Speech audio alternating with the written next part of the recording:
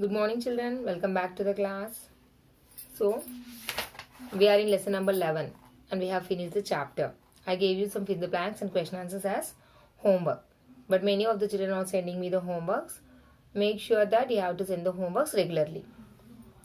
And what we have learned in this chapter, respiration occurs in all organisms. In this process, oxygen is taken in while carbon dioxide and water vapor is released.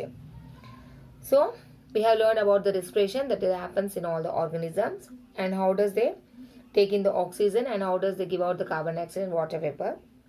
Next, skin, gills, trachea and lungs are the respiratory organs. So, each organism is having different respiratory organ. Next, stomata and lenticles help in exchange of gases in plants. In plants, stomata helps in exchange of gases. Plants take carbon dioxide and give us oxygen, no? So, this exchange of oxygen and carbon dioxide takes place in plants with the help of stomata. So, these are the important points that we have learned in this chapter. And in this chapter, you have to learn the diagrams also, ma. These are very important diagrams. Both diagrams you have to learn. And here figure number 10. Figure number 7, 8 and 10. These diagrams you have to learn definitely. Because it is very important. And discovery of carbon dioxide and oxygen also. Maybe some one-word questions of fill the blanks may be coming from this one. So, you have to learn this one.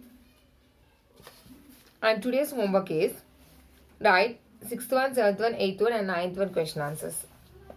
These 4 question answers one time. What is the 6th question? It is very interesting to watch us fishes in an aquarium. Make your own bottle aquarium. Do you have an aquarium in your house? It's very interesting when you watch the fish in the aquarium. How does it opens its mouth? When you start giving food, it will come up to the surface of the water to take the food. So, and many other interesting points are there about the fish in the aquarium. If you see constantly fish for at least for 1 or 2 minutes, your mind will get relaxed. Next, do you find any relation between plants and animals by the respiration and photosynthesis? What is the relation between the plants and animals by the respiration and photosynthesis? Next, Asif wondered how plants and animals which live underwater also respire. Do you know how? He has wondered about the respiration of plants and animals. Underwater plants and underwater animals are there, no? The animals that live inside the water and some plants that live inside the water. Next, imagine the lungs and size of elephant. Is there any relation between body size and lung size? Collect information from your school library or internet. So, you are having workbooks. These 4 questions you have to learn and write one time neatly. Already have written the fill in the blanks also. So, don't neglect your studies. Just your writing and keeping aside. Not like that. You have to learn these question answers. Again, you may be having some exams, no? Only we have written term 1 examination, but again we are going to conduct some exams. So before that you should ready by your books. That's all about this lesson, ma. Next 12th lesson, reproduction in plants, we are going to continue now. Lesson number 12, reproduction in plants. So before going into the chapter, you have to know what is reproduction and what is reproduction in plants. Every living organism is giving by its own kind. That means a dog will give birth to a puppy. Cat give birth to a kitten. That means of its own kind.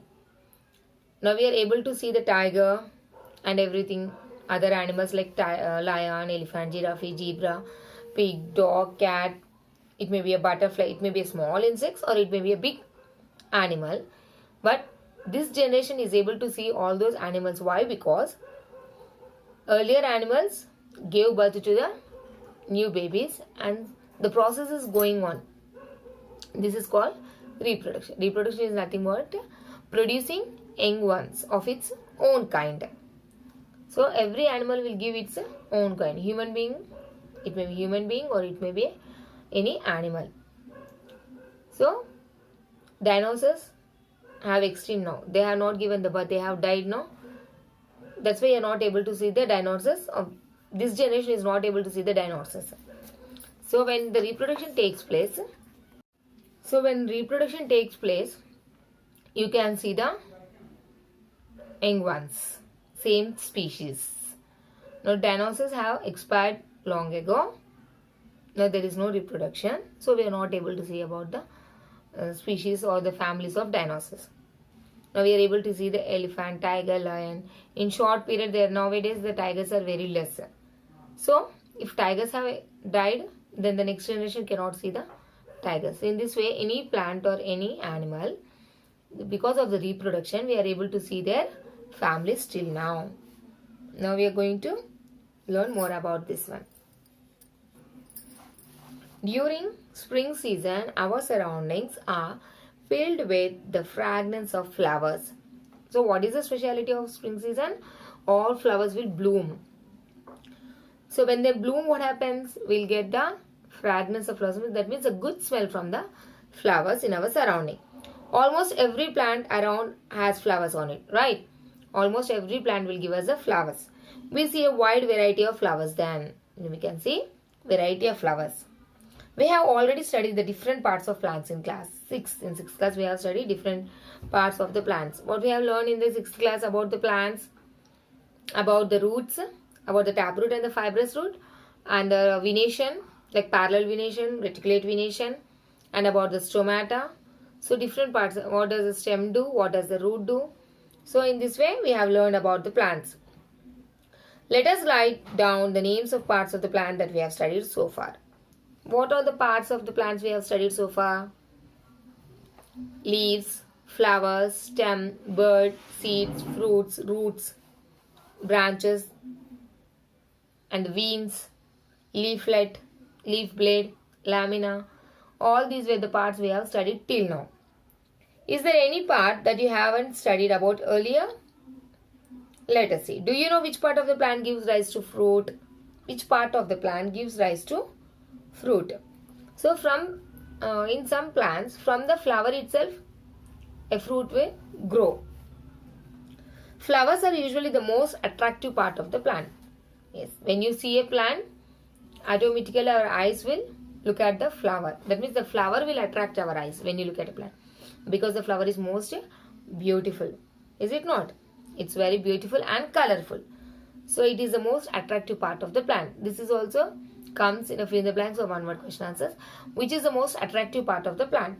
Then what is the answer? Flower. Why do you think flowers are so attractive and colorful?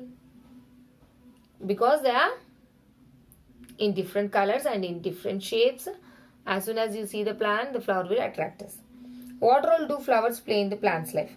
Let us study some flowers around us to answer these questions.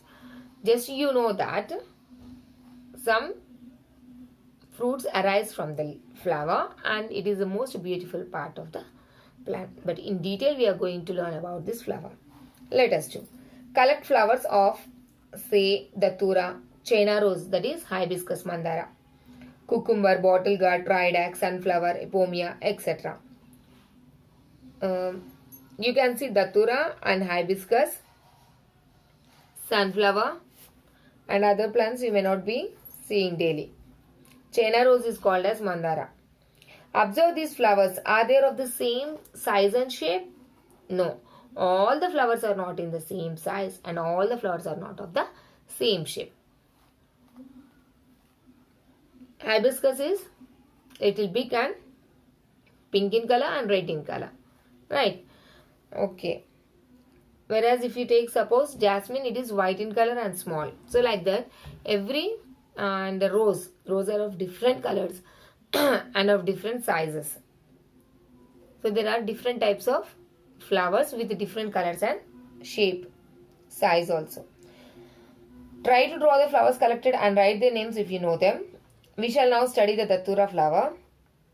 To know more about the parts present in a flower, try to draw its shape in your notebook. So now we are going to learn about the datura flower.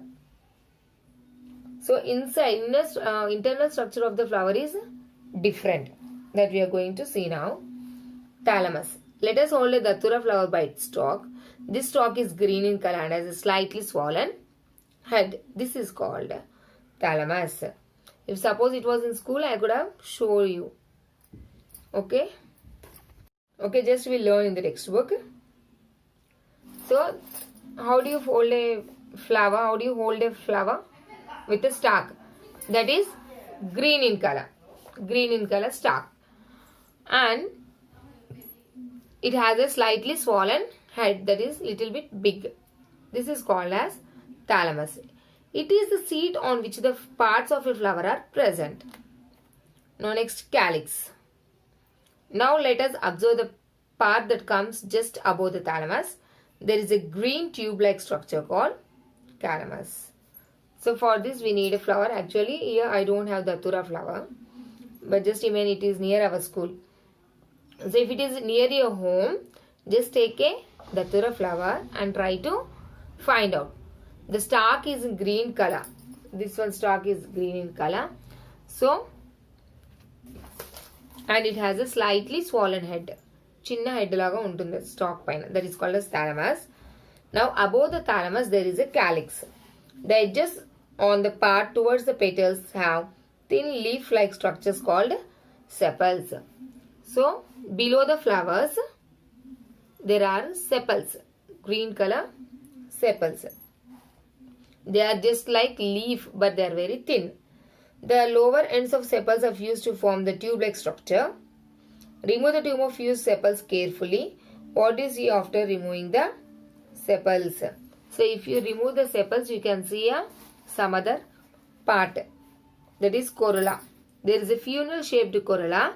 This is from fused petals. Count the free edges of these. How many are there? What is the color of the petal? Remove this funnel-shaped corolla as well. Observe and draw the same as in a notebook. In between you are having no.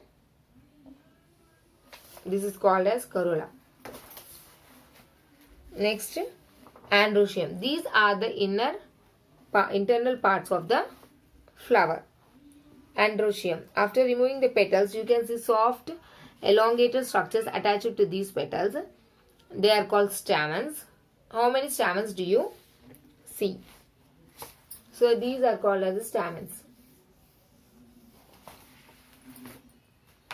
If I'll show in the next class, I'll bring a flower and I'll show you definitely. So the first one is thalamus, second part is calyx, next one is corolla and the androecium. In androecium they are having different types of stamen. That means each flower is having their own types of shapes. And the number of stamens are also different in each flower. There is a bulb-like structure at the top of each stamen that is called as pollen sac or anther. This one is called as this thing. It's on the top of this stalk there is a different part. No, these heads are called as a pollen sac or anther. Just below it, fine whitish thread-like structure called filament attaches to another to the petal in datura.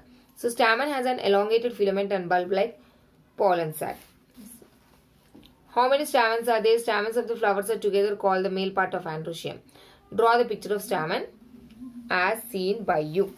So in the next class I'll bring the flower and I'll show you what is the stamen, where is the androecium, and where are the sepals and where are the petals. So till now this is enough. Just once read the lesson. And as I have told you now, you have to write these 4 question answers as your homework. Thank you, children.